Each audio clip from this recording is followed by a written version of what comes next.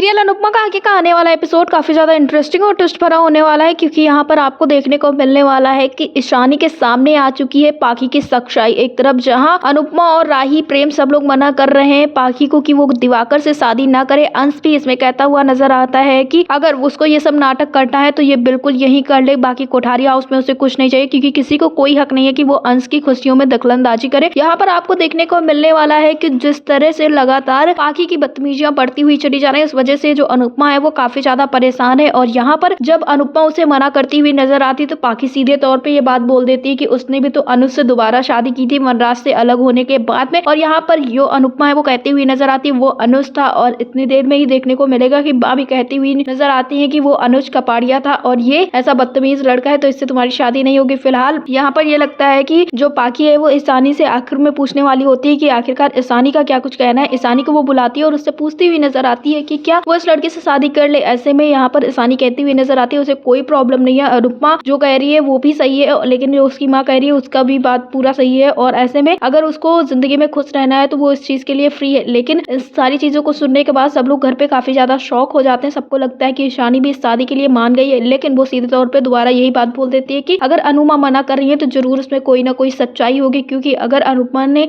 जब भी कुछ कहा है या किसी चीज के लिए मना किया है तो बाद में हमें पछताना ही पड़ा है, और आज अनुपमा फिर से मना कर रही तो हमें इसकी बात को मान लेनी चाहिए और पाखी को ये शादी नहीं करनी चाहिए। फिलहाल तो पाखी इसी जिद में आ चुकी है कि वो दिवाकर से शादी करके रहेगी चाहे जो कुछ भी हो जाए। अब ईशानी ने मना किया तो देखना ये होगा कि आखिरकार किस तरह से वो इन सारी चीजों को हैंडल करती है। क्या वो ईशानी की बात मान जाएगी या फिर कर लेगी वो दिवाकर से शादी। वहीं आपको देखने को मिलेगा कि अनुपमा के पीछे से रजनी वहां पर चौल का काम करवाने लगती है और आगे सारी चीजें करवाने लगती है कि किस तरह से चौल को गिरवा कर यहाँ पर टावर बनवाना है। यही सारी चीजें वो प्लान कर रही होती है। अब सारी सच्चाई सामने वाली है। इस बीच में अनुपमा को एक बुरा सपना भी आता है जिसपे वो अचानक से उठती है और लोग उससे कहते हुए नजर आते हैं कि जो अनुपमा है उसने उसके साथ धोखा किया है। फिलहाल आपको क्या लगता है, क्या दिवाकर और पाखी की शादी हो पाएगी और क्या अनुपमा बचा पाएगी अपने चौल को? हमें कमेंट बॉक्स में जरूर बताएं, और सीरियल अनुपमा से जुड़े ऐसी लेटेस्ट अपडेट्स के लिए हमारे चैनल को सब्सक्राइब करें, वीडियो को लाइक करें और शेयर करें।